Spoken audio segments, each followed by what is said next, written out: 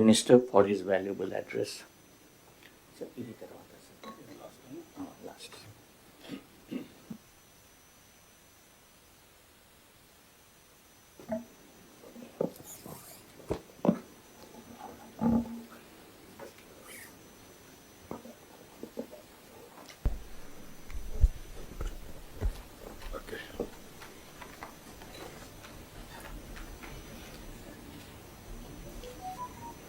అందరికీ నమస్కారాలు. ఈరోజు మనందరం కూడా 75వ భారత రాజ్యాంగ దినోత్సవాన్ని జరుపుకోవడానికి మనం ఇక్కడ సమావేశమయ్యాం. ఇది ఒక పవిత్రమైన రోజు, ఒక విశిష్టమైన రోజు కూడా. అందరికీ రాజ్యాంగ దినోత్సవ శుభాకాంక్షలు. ఇక్కడ మన రాష్ట్రంలో ఉండేవాళ్ళే కాకుండా ప్రపంచం మొత్తం ఎవరైతే భారతీయులు ఉన్నారో వారందరికీ కూడా శుభాకాంక్షలు.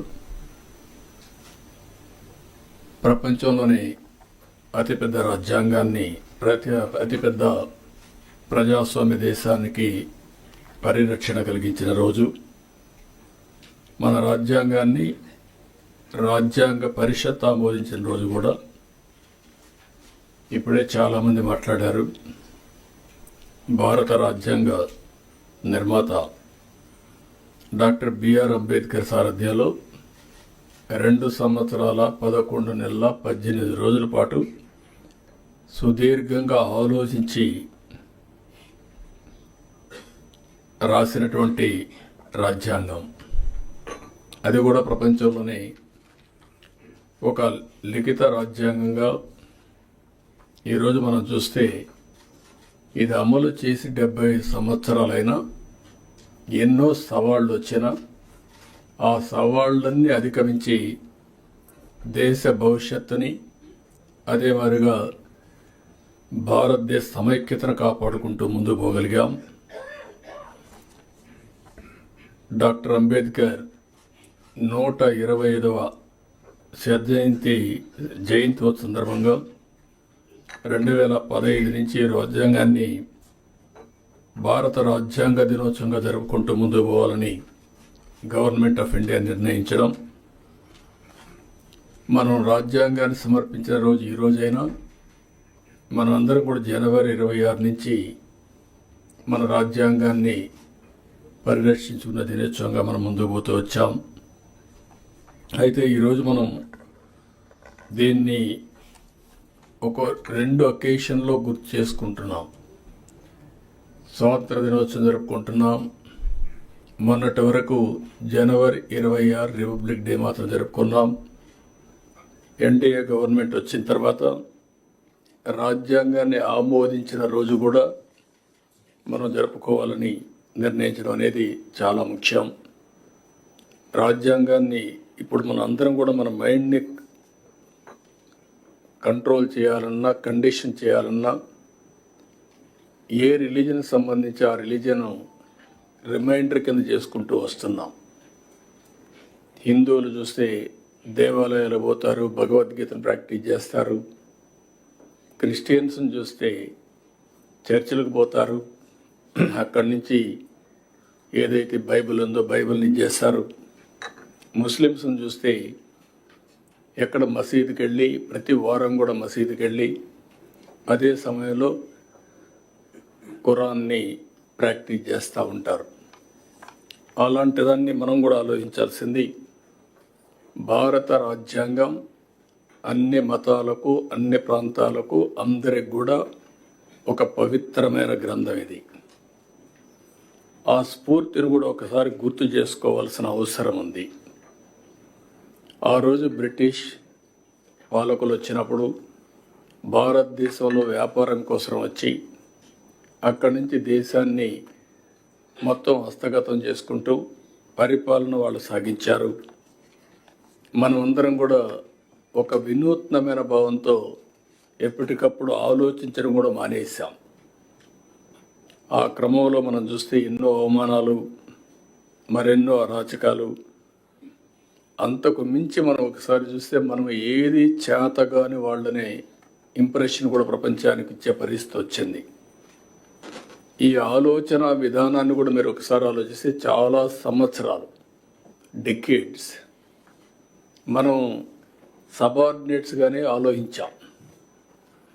ఎప్పుడైనా సరే ఒక్కొక్కసారి కొన్ని ప్రభావాలు ఎంత ప్రగాఢంగా పనిచేస్తాయంటే, మనం వేరే దేశాలకు పోయి ఆ దేశాలతో ఉండే వాళ్ళతో సమానంగా మాట్లాడడం, మేము మీతో సమానంగా పోటీ పడగలుగుతామని చెప్పుకోలేని పరిస్థితి వచ్చే పరిస్థితికి వచ్చింది.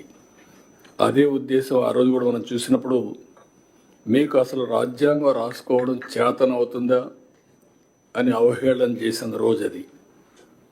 అక్కడి నుంచి ఈ రాజ్యాంగాన్ని రాయడం కోసం మీరు ఒకసారి చూస్తే ప్రపంచంలో ఉండే అన్ని దేశాలని, ప్రజాస్వామ్య దేశాలన్నీ అధ్యయనం చేశారు.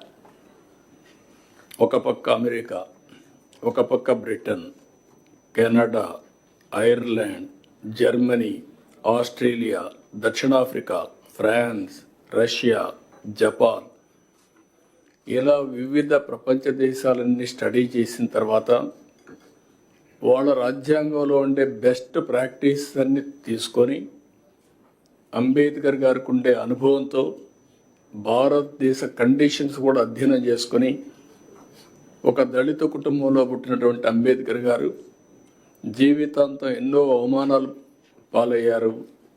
ఒక పక్క బానిసత్వం, ఇంకొక పక్క సమాజంలో కూడా అవహేళన, ఇవన్నిటి గురైన తర్వాత ఆయనలో ఉండే పరిపక్వత రాజ్యాంగంలో పూర్తిగా ఎక్కడికక్కడ కనపడే పరిస్థితి వచ్చింది. భవిష్యత్తులో వచ్చే సవాళ్ళను కూడా ఊహించుకొని రాజ్యాంగంలో సొల్యూషన్స్ ఇచ్చాడు. ఒక రోజు 2 రోజులు కాదు.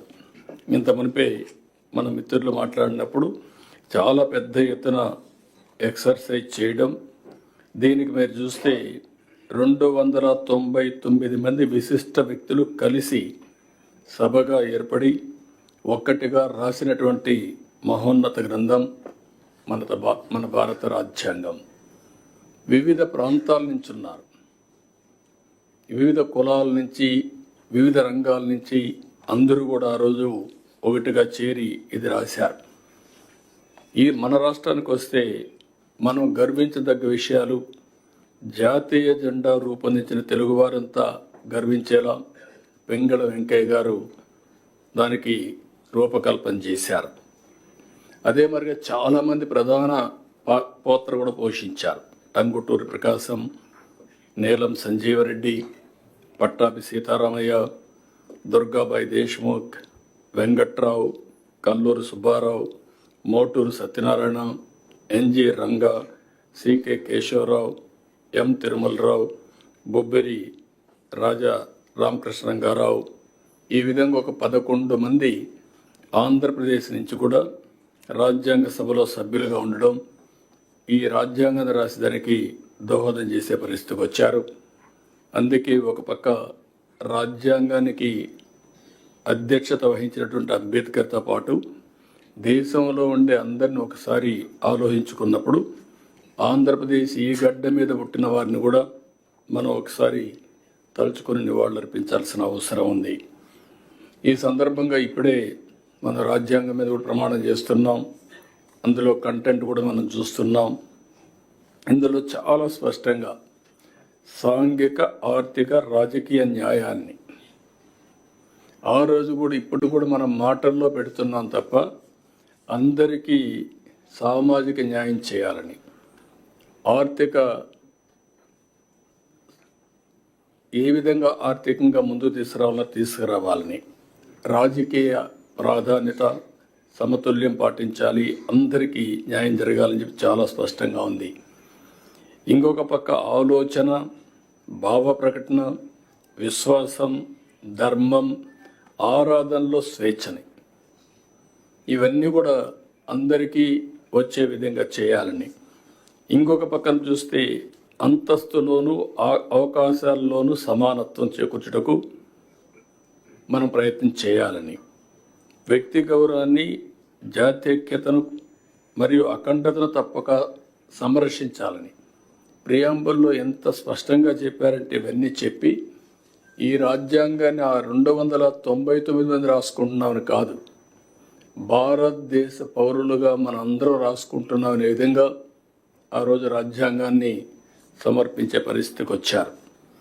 అందుకే అంబేద్కర్ గారు ఎన్నోసార్లు ఆ రోజు రాశాడు ఓపెన్గా కూడా, ఎంత మంచి రాజ్యాంగం ఉన్నా దాన్ని అమలు చేస్తున్న వారు మంచి కాకపోతే అది చెడుగా మారుతుంది. అలాగే ఎంత చెడు రాజ్యాంగం ఉన్నా దాన్ని అమలు చేస్తున్న వారు మంచివారు కాకపోతే అది మంచివారైతే అది మంచిగా మారుతుంది అని అంబేద్కర్ ఆ రోజు చెప్పాడంటే వ్యక్తులను బట్టి రాజ్యాంగం. ఇప్పుడు మనం అందరం ఇక్కడ ఉన్నాం, ఆ రాజ్యాంగ ఫలితమే మనం ఇక్కడికి వచ్చాం. మీరు ఐఏఎస్ కావచ్చు, కొంతమంది రిజర్వేషన్లో కావచ్చు, మేము రాజ్యాంగంలో పొందుపరిచినటువంటి ఓటు హక్కు ద్వారా ఇక్కడికి వచ్చాం. వచ్చిన తర్వాత రాజ్యాంగాన్ని ఓసారి నెమరు వేసుకోవడం కూడా మర్చిపోతున్నాం. ఓసారి రాజ్యాంగాన్ని దుర్వినియోగం చేసే పరిస్థితి వస్తూ ఉంది. కానీ బ్యూటీ ఆఫ్ డెమోక్రసీ మనం ఒకసారి చూస్తే ఓట్ అనేది ఒక పవిత్రమైనటువంటి సైలెంట్ రెవల్యూషన్. ఆ రోజు అంబేద్కర్ గారు ఇచ్చిన ఓటు హక్కు మీరు చూస్తే కొన్ని దేశాల్లో కొన్ని సందర్భాల్లో అందరికీ ఓటు ఇవ్వలేదు. పేదవాళ్ళకు ఓటు కొన్ని దేశాల్లో పేదవాళ్లే కాకుండా కొన్ని వర్గాలకు కూడా ఓటు ఇవ్వని పరిస్థితి.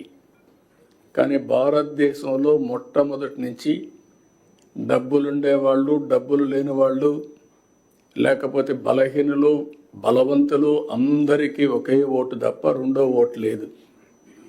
ఆ ఓటు ద్వారా ఈరోజు దేశంలో ఒక విధంగా చెప్పాలంటే రాజ్యాంగాన్ని మనం కాపాడుకోగలుగుతున్నాం. ఎప్పుడైనా సరే ఏ నాయకులైనా సరే అతిగా ప్రవర్తించినా, రాజ్యాంగాన్ని దుర్వినియోగం చేసినా మళ్ళీ కరెక్ట్ చేసే శక్తి ఓటర్స్కు ఉంది. అదే రాజ్యాంగంలో ఒక బలమైన శక్తి అని చెప్పి కూడా నేను మీకు తెలియజేస్తున్నా. ఇందులో అనేక సమస్యలకి పరిష్కారం చూపించారు. అదే సమయంలో ఇప్పటికే మీరు ఒక్కసారి చూస్తే అనేక సవాళ్ళు కూడా వచ్చాయి. ఎమర్జెన్సీ లాంటి చీకటి రోజులు కూడా వచ్చాయి. అదే మరిగా లాస్ట్ 5 yearsలో మన రాష్ట్రంలో కూడా మన సమస్యలు చూసాం. నేను ఎప్పుడూ 45 ఏళ్ళుగా రాజకీయాల్లో ఉన్నా, అవినీతిని చూసా, అసమర్థను చూసా, ప్రోగ్రెసివ్ పాలిటిక్స్ చూసా. అదే మరి కొంతమంది ట్రెడిషనల్ పాలిటిక్స్ చేస్తూ వచ్చారు. కానీ ఇలాంటి రాజ్యాంగాన్ని తమ చేతుల్లోకి తీసుకొని ఏ విధంగా ప్రాథమిక హక్కులను కూడా పూర్తిగా కాలు రాశారో మనం చూసాం. అంటే ఒక్కోసారి రాజ్యాంగంలో కూడా కొన్ని కాస్ట్లీ మిస్టేక్స్ జరుగుతూ ఉంటాయి, మామూలు మిస్టేక్స్ కాదు. కానీ ఆ సఫరింగ్ కూడా కొన్ని తరాలు, కొన్ని డికేట్స్ సఫర్ అయ్యే పరిస్థితి వస్తుంది. అయితే అల్టిమేట్గా ఎవరైనా సరే రాజ్యాంగాన్ని అతిక్రమించిన, రాజ్యాంగ స్ఫూర్తికి వ్యతిరేకంగా పనిచేసిన, నేను 2 వర్డ్స్ వాడుతున్నా. ఒక అవినీతి చేయడం మన బాధ్యతను మనం ఉల్లంఘించినట్టు అవుతుంది. అధికార దుర్వినియోగం చేయడం కూడా రాజ్యాంగ ఉల్లంఘనే. రాజ్యాంగం ఒక పవిత్రమైన ఆశయంతో మనకు ఒక బాధ్యత ఇస్తే, సమాజంలో ఒక గౌరవాన్ని, గుర్తింపునిస్తే, ఆ గుర్తింపుని ప్రజల కోసం మనం ఉపయోగించాలి తప్ప మన స్వార్థం కోసం, మన ఎగోతను మనం చేస్తే అది కూడా తీవ్రమైన నష్టాలు జరుగుతుంది. అందుకని ఇంకొక పక్కన మీరు చూస్తే రాజ్యాంగంలో చాలా స్పష్టంగా సాంఘిక, ఆర్థిక, రాజకీయ అసమానతలు కానీ సమానత్వం కానీ 75 సంవత్సరాలు అయింది. ఇప్పటికి కూడా మనం అనుకున్న లక్ష్యాల్ని, ఎవరైతే స్వాతంత్రం కోసం త్యాగాలు చేశారో వాళ్ళ యొక్క విలువల్ని గౌరవించడం కానీ, ఏ స్ఫూర్తి అయితే రాజ్యాంగాన్ని రాశారో ఆ రాజ్యాంగాన్ని అమలు చేయడంలో ఇంకా మనం ముందుకు పోవాల్సిన అవసరం ఉంది. ఈరోజు ఇంకొక విషయంలో మీరు ఒకసారి ఆలోచిస్తే, ఆర్థిక సంస్కరణల వల్ల సంపద సృష్టిస్తూ ఉంది. సృష్టించిన సంపదను లాస్ట్ మైలు తీసుకుపోవడంలో ఇంకా కొన్ని సమస్యలు ఉన్నాయి. ఒకసారి ఆర్థిక స్వాతంత్రాన్ని అందరికీ ఇవ్వగలిగితే ఆటోమేటిక్గా సామాజిక న్యాయం కూడా జరుగుతుంది, రాజకీయ ప్రాధాన్యత కూడా వస్తుంది. మళ్ళీ ఇవన్నీ కూడా ఇంటర్లింక్డ్. రాజకీయంగా అందరికీ సమానమైన అవకాశాలు వస్తే చట్టాలను కూడా వాళ్ళు అమలు చేస్తారు. ఆ చట్టాల వల్ల మళ్ళీ అందరికీ న్యాయం జరిగే పరిస్థితి వస్తుంది. ఇవన్నీ కూడా ఇంటర్లింక్. 91లో ఆర్థిక సంస్కరణలు ప్రారంభించాం. ఈరోజు ఆర్థిక సంస్కరణల ఫలితాల వల్ల సంపద సృష్టించబడతా ఉంది. ఇంకా లాస్ట్ మైల్లో పేదరికం ఉంది. ఇది కూడా మనం అందరం ఆలోచించుకొని అలాంటి సమర్థవంతమైన ఆర్థిక విధానాలను మనం తీసుకొచ్చి ఏ విధంగా ఆ సంపదను మళ్ళీ పేదరిక నిర్మూలన కోసం, జీరో పావర్టీ కోసం ముందుకు పోతా మనం ఆలోచించాల్సిన అవసరం ఉంది. మొన్న కూడా మేము చూసాం, సోషల్ రీఇంజనీరింగ్ చేశాం. ఏదైనా సరే అందరి మనోభావాలు గుర్తుపెట్టుకోవాలి. అదే సమయంలో మనం కానీ క్యాస్టో లేకపోతే రిలీజియనో ప్రాంతమో ఇవన్నిటి పేరిట డివైడ్ అయిపోతూ ప్రమాదం వస్తుంది. ఇవన్నీ కూడా సమతుల్యం పాటిస్తూ అందరినీ సమానంగా గౌరవిస్తేనే ఈ రాజ్యాంగ స్ఫూర్తిని కూడా మనం కాపాడినట్టు అవుతుంది. ఇప్పుడు భారతదేశంలో మనం ఇంకొక విషయం కూడా ఆలోచిస్తే, ఇటీవల కాలంలో టెక్నాలజీ మనకు 20 సంవత్సరాలుగా ఒక హ్యాండీగా వచ్చింది. నేను ఎప్పుడూ చెప్తా ఉంటాను, బ్రిటిష్ వాళ్ళు పోతూ ఇంగ్లీష్ వదిలిపెట్టిపోయారు. రెండోది, స్వతహాగా భారతీయులు మ్యాథమెటిక్స్లో చాలా స్ట్రాంగ్గా ఉన్నాం. ఈ రెండు డెడ్లీ కాంబినేషన్ ఇన్ఫర్మేషన్ టెక్నాలజీ. ఇప్పుడు ఇన్ఫర్మేషన్ టెక్నాలజీ ఆర్టిఫిషియల్ ఇంటెలిజెన్స్కి వెళ్ళిపోయింది. ఇంకా మెచ్యూరిటీ వస్తూ ఉంది. Deep technologies in all walks of life వచ్చే పరిస్థితి వచ్చింది. సంపద సృష్టించడం చాలా ఈజీగా తయారయ్యే పరిస్థితి వచ్చింది. అందులో భారతదేశానికి డెమోగ్రఫిక్ డివిడెంట్ ఒక అడ్వాంటేజ్గా వచ్చింది. ఈ 75 సంవత్సరాల ఏదైతే రాజ్యాంగ దినోత్సవాన్ని మనం జరుపుకుంటున్నామో ఆ రోజు మనం ఆలోచించుకోవాల్సింది, మనకు ఒక డెమోగ్రఫిక్ డివిడెంట్ ఒక అడ్వాంటేజ్ వచ్చింది. కొన్ని దేశాల్లో ఏజింగ్ ప్రాబ్లం క్యాచప్ అవుతుంది. ఒక పక్కన ఆ దేశాలు ఏజ్తో సఫర్ అయినప్పుడు మన దేశానికి ఉండే అడ్వాంటేజ్ వల్ల ఈరోజు ప్రపంచానికే మనం సేవలు అందించే పరిస్థితికి వచ్చాం. ఈ విషయం కూడా గుర్తుపెట్టుకోవాల్సిన అవసరం ఉంది. ఆఫ్లైన్, ఆన్లైన్ ఇవన్నీ కూడా. అందుకని ఇలాంటి రాజ్యాంగ దినోత్సవాన్ని మనం జరుపుకుంటూ ఆ స్ఫూర్తిని ప్రజలకు నింపుతూ ఎప్పటికప్పుడు ఇవన్నీ గుర్తు చేసుకుంటూ నెమరు వేసుకుంటూ మన రాజ్యాంగం కోసం, స్వాతంత్రం కోసం పోరాడిన వ్యక్తులకి నివాళులర్పిస్తూ అదే సమయంలో మనం ఏ విధంగా చేయాలనో మనం ముందుకు పోవాల్సిన అవసరం ఉంది. పోయిన 5 సంవత్సరాలు కూడా ఎందుకు చెప్తున్నానంటే, నేను మర్చిపోదాం అనుకుంటున్నాను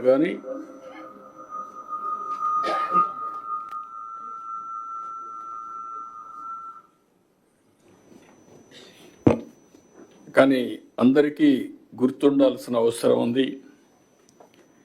వ్యవస్థలన్నీ పూర్తి కూడా ఇప్పటికీ నేను 4వసారి ముఖ్యమంత్రి అయినా ఇప్పటికి కూడా నాకు ఇంకా పూర్తిగా విధ్వంసానికి గురైనటువంటి వ్యవస్థల్ని రివైవ్ చేయడం ఇంకా టైం తీసుకునే పరిస్థితి వస్తూ ఉంది. ఇంకొక పక్క ప్రజల హక్కుగా తెలుసుకునే ప్రభుత్వ నిర్ణయాలను కూడా రహస్యంగా దాచిపెట్టడం, జీవోలు ప్రజల కోసం ఆన్లైన్లో పెట్టే విధానానికి మంగళం పలకడం, అవన్నీ కూడా ఈరోజు మళ్ళీ ఆన్లైన్లో పెట్టే పరిస్థితికి వచ్చాం.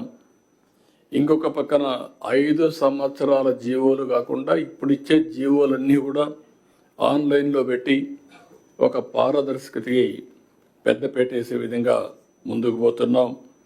ఇంకొక పక్కన నేను చాలాసార్లు 45 సంవత్సరాలుగా చూశాను, ఏ వ్యక్తి కూడా ప్రజాస్వామ్యాన్ని గౌరవించకుండా ప్రజాస్వామ్య విలువల్ని హరించే విధంగా పనిచేస్తే ఎక్కువ సమయం లేకుంటే ఎక్కువ కాలం అని కూడా సాధించలేరు. అవి నేను చూశాను. అదే సమయంలో ప్రజల్ని హింసించే శక్తులను కానీ వ్యక్తులను కానీ మనం ఉదాసీనతగా ముందుకు పోయినా దానివల్ల కూడా సమాజానికి చెడు జరుగుతుంది. ఇవన్నీ బ్యాలెన్స్ చేయాల్సిన అవసరం ఉంది. ఒకటే నేను మేమందరూ కూడా విజ్ఞప్తి చేస్తున్నా, ప్రజలందరికీ విజ్ఞప్తి చేస్తున్నా, ప్రజాస్వామ్యాన్ని విశ్వసిద్దాం, రాజ్యాంగాన్ని గౌరవిద్దాం, పూజిద్దాం. ఏ విధైతే ఎవ్వరు కూడా అహంకారంగా మనము లేకుండా అంబేద్కర్ గారు ఆ రోజు ఏదైతే చెప్పారో అలాంటి స్ఫూర్తిని గుర్తుపెట్టుకొని ముందుకు పోవాల్సిన అవసరం ఉంది. అదే సమయంలో ఈరోజు ఏదైతే రాజ్యాంగంలో మనకి ఇచ్చినటువంటి హక్కుల్ని ఎక్కడికక్కడ మరొక్కసారి ప్రతి ఒక్కరు కూడా నెమరువేసుకోవడమే కాకుండా మీకు తెలిసినంత వరకు దీన్ని పాటిస్తూ 10 మందిని పాటించే విధంగా చైతన్యవంతులు చేయడం కూడా చాలా అవసరం. ఒక్కొక్కసారి తెలుసో తెలియకుండా బాధ్యత కూడా మిస్ అవుతూ ఉంటాం. కానీ రిమైండర్ అనేది కూడా, అందుకనే మీరు చూస్తే నేను రిలీజియన్ కూడా ఎందుకు తీసుకొచ్చానంటే,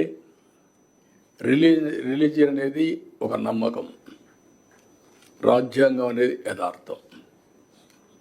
రాజ్యాంగంలో చేసే పనులు హక్కు వస్తుంది. నమ్మకంతో నేను హిందూయిజాన్ని ఆచరిస్తాను, ఆ వారసత్వాన్ని గౌరవిస్తాను, లెగసీ పాటిస్తాను, ఆ లెగసీ కింది వాళ్ళు కూడా అందజేస్తాం. కానీ ఏ కులమైనా, ఏ మతమైనా, ఏ ప్రాంతమైనా రాజ్యాంగాన్ని సరైన స్ఫూర్తితో అమలు చేయగలిగితే తద్వారా మనకు మెరుగైన ఫలితాలు వస్తాయి. రెండోది కూడా సిఎస్ గారు చెప్పినప్పుడు ఇప్పటికే చాలా మార్పులు తీసుకొచ్చాం. ఒక రిటర్న్ కాన్స్టిట్యూషన్లో మార్పులు ఎప్పటికప్పుడు తీసుకొచ్చాం, కానీ ఆ మార్పులన్నీ మెరుగైన ఫలితాల కోసం తీసుకొచ్చిన మార్పులు కాబట్టి ప్రజలు ఆమోదించే పరిస్థితికి వచ్చారు. ఆ ఫలితాలు కానీ దుర్వినియోగం చేసే ఫలితాలు తీసుకొచ్చే సాహసం చేసుంటే మళ్ళీ ఓటు హక్కు ద్వారా వాళ్ళని ఎక్కడికక్కడ నియంత్రణ చేసేవాళ్ళు. ఆ విషయం కూడా మనం గుర్తుపెట్టుకోవాల్సిన అవసరం ఉంది. అందుకనే ఈరోజు మనం సమావేశానికి ఉండే మనందరం కొన్ని విజన్ 2047 తయారు చేశాం. ఎగ్జాక్ట్గా 100 years స్వాతంత్రం వచ్చిన రోజు అది. ఆ సంవత్సరానికి 100 సంవత్సరాల స్వాతంత్ర దినమున భారతదేశం ఎక్కడుండాలి, భారతీయులు ఎక్కడుండాలి, తెలుగువారు ఎక్కడుండాలి, ఆంధ్రప్రదేశ్ ఎక్కడుండాలో నిర్దిష్టమైన లక్ష్యాలు పెట్టుకొని మనం ముందుకు పోతున్నాం. ఇది అసాధ్యం కాదు. అందుకే నేను చాలా స్పష్టంగా అనేకసార్లు చెప్పాను, తెలుగు జాతి ప్రపంచం మొత్తం నెంబర్ 1గా ఉండడానికి అవకాశం ఉంది. యాజ్ ఆన్ టుడే అయితే జూయిష్ ఉన్నారు, వాళ్ళు ఉండేది 1 కోటి జనాభా. ఆంధ్రప్రదేశ్లో ఉండే తెలుగువారు, 2 రాష్ట్రాల్లో ఉండే తెలుగువారు చూస్తే 10 కోట్లు ఉన్నారు. కాబట్టి ప్రపంచంలోనే అగ్రజాతిగా తెలుగు జాతి ఉంటున్నది నా ప్రగాఢమైన విశ్వాసం, నమ్మకం. ఇది జరుగుతుంది, దీంట్లో అనుమానం లేదు. అదే సమయంలో ఆంధ్రప్రదేశ్ రాష్ట్రం కూడా భారతదేశంలో నెంబర్ 1 ఎకానమీగా ఉండాలని, పర్ క్యాపిటల్ ఇన్కంలో నెంబర్ 1 ఉండాలని, ఇది కూడా 100% అవకాశం ఉంది. అది చేయాలంటే రాజ్యాంగ స్ఫూర్తితో మనందరం కానీ ఆలోచిస్తే ఇది సాధ్యం అని చెప్పి కూడా నేను మీకు తెలియజేసుకుంటున్నాను. అదే మరిగా ఈరోజు రాష్ట్రంలో మనందరం కూడా అనునిత్యం మన ఆలోచన విధానానికి పదును పెట్టి పాజిటివ్గా ఆలోచిస్తే ఏదైనా సాధ్యం. ప్రజల హక్కుల్ని కాపాడదాం, పరిరక్షిద్దాం. Wealthy, happy and healthy, happy రాష్ట్రంగా ఆంధ్రప్రదేశ్ని తీర్చిదిద్దాం. అది ఒక వెల్త్ ఉంటే చాలదు, ఆరోగ్యంగా ఉండాలి. ఆరోగ్యం ఉంటేనే చాలదు, ఆనందంగా ఉండాలి. నేను అందుకనే ఎన్నోసార్లు చెప్తున్నా, మీరందరూ హార్డ్ వర్క్ చేయడం కాదు, స్మార్ట్ వర్క్ చేసేది నేర్చుకుంటే ఏదైనా సాధ్యం. 24 గంటలు కూర్చొని పనిచేసే రోజులు అయిపోయినాయి. ఎంత స్మార్ట్గా పనిచేస్తారో మీరందరూ ఆలోచించుకోవాల్సిన అవసరం ఉంది. అందుకే ఒకప్పుడు రాత్రి 12, 11 వరకు మీ దగ్గర పని చేయించేవాడిని. ఇప్పుడు 6 గంటల తర్వాత మీటింగ్లు వీలైనంత వరకు అవాయిడ్ చేస్తున్నా. అది ఇంకా పాటిస్తా. అందరం కూడా రాజ్యాంగాన్ని మరొక్కసారి ఆలోచించుకొని స్మార్ట్గా పనిచేయాల్సిందిగా ప్రతి ఒక్కరిని కోరుకుంటూ, అయితే మీ ఒక్కరే కాకుండా మనం సమావేశమయ్యాం, మన వరకే ఈ రాజ్యాంగ స్ఫూర్తి పరిమితం కాకుండా ప్రజల్లోకి కూడా తీసుకుపోవాల్సిన అవసరం ఉంది. ప్రతి ఒక్కరికి ఫండమెంటల్ రైట్స్ ఉన్నాయి, ఫండమెంటల్ డ్యూటీస్ ఉన్నాయి. ఇది కూడా మనం రిమైండ్ చేయాల్సిన అవసరం ఉంది. అదే బ్యూటీ ఆఫ్ రాజ్యాంగం. ప్రతి ఒక్కరు ఇప్పుడు మాట్లాడేటప్పుడు హక్కుల గురించే మాట్లాడతాం కానీ బాధ్యతల గురించి మాట్లాడడం లేదు. ఈ రెండు బ్యాలెన్స్ చేసినప్పుడే ఈ రాజ్యాంగ ఫలితాలు కూడా పర్ఫెక్ట్గా వస్తాయి. దీన్ని దృష్టిలో పెట్టుకొని అందరం కూడా ప్రతి సంవత్సరం దీన్ని మనం ఆలోచించుకోవాలి. అనునిత్యం ఏ పని చేసినా రాజ్యాంగ స్ఫూర్తిని మనం గుర్తుపెట్టుకొని ఆ రాజ్యాంగం ద్వారా ఈ స్థాయికి వచ్చిన మనం ఏ విధంగా ప్రజలకు ఉపయోగపడాలని ఆలోచించగలిగితే తద్వారా దేశానికి ఉపయోగపడుతుంది. ఇది ఆలోచించాల్సిందిగా మరొక్కసారి అందరినీ కోరుకుంటూ, ఇది మామూలుగా అయితే నిన్ననే ఈ నిర్ణయం చేశాం. ఇది రాబోయే రోజుల్లో అడ్వాన్స్గా ప్లాన్ చేద్దాం. ప్రతి ఒక్క ఊర్లో ఇప్పుడే ఎడ్యుకేషన్ మినిస్టర్ గారు చెప్పినట్టు చిన్న పిల్లలకు కూడా రాజ్యాంగం పట్ల పూర్తిగా అవగాహన రావాలి. ఈ స్వాతంత్రం కోసం పోరాడిన వ్యక్తుల యొక్క త్యాగాల్ని గుర్తు చేసుకోవాలి, వారికి నివాళులర్పించాలి. అందుకే నేను రిలీజియన్తో ఎందుకు కంపేర్ చేశానంటే, ప్రతి ఒక్కరు కూడా ప్రతిరోజు అనునిత్యం దేవుణ్ణి ప్రార్థిస్తాం, రాజ్యాంగాన్ని ఎవరు ఆలోచించాం. మీరు ఎప్పుడు కూడా గుర్తుపెట్టుకోండి, ఏదో డ్యూటీ చేస్తున్నాను అనుకుంటాను తప్ప ఆ డ్యూటీ చేయడానికి ప్రేరణ ఏంటి అనేది ఎవ్వరూ ఆలోచించడం లేదు. కాబట్టి అది కూడా ఆలోచించినప్పుడు ఇంకా డెడికేషన్ వస్తుంది, తద్వారా ఒక బాధ్యత వస్తుంది, ఒక అకౌంటబిలిటీ వస్తుంది.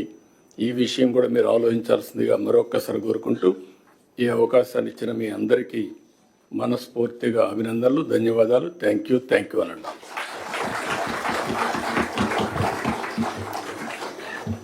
Now we will have the reading of the preamble of the Constitution. I request all of you to stand up, and I request Honorable Chief Minister to please lead the reading of the preamble.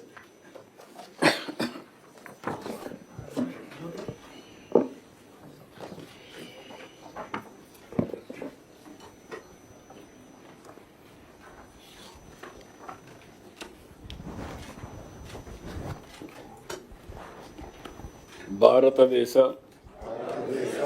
ప్రజలమైన మేము భారతదేశాన్ని సర్వసత్తాక సామ్యవాద లౌకిక ప్రజాస్వామ్య గణతంత్ర రాజ్యముగా నిర్మించుకోవడానికి పౌరులందరికీ సాంఘిక ఆర్థిక రాజకీయ న్యాయాన్ని ఆలోచన భావ ప్రకటన విశ్వాసం ధర్మము ఆరాధనలో స్వేచ్ఛను అంతస్తులోను అవకాశంలోను సమానత్వమును చేకూర్చుటకు మరియు వారందరిలో వ్యక్తి గౌరవమును జాత్యైక్యతను మరియు అఖండతను తప్పక సంరక్షిస్తూ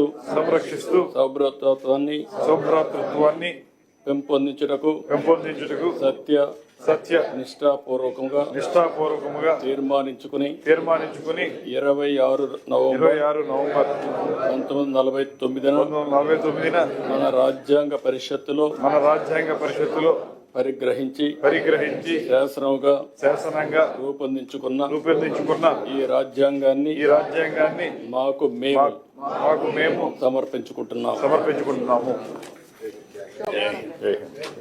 Now we will have the national anthem, please.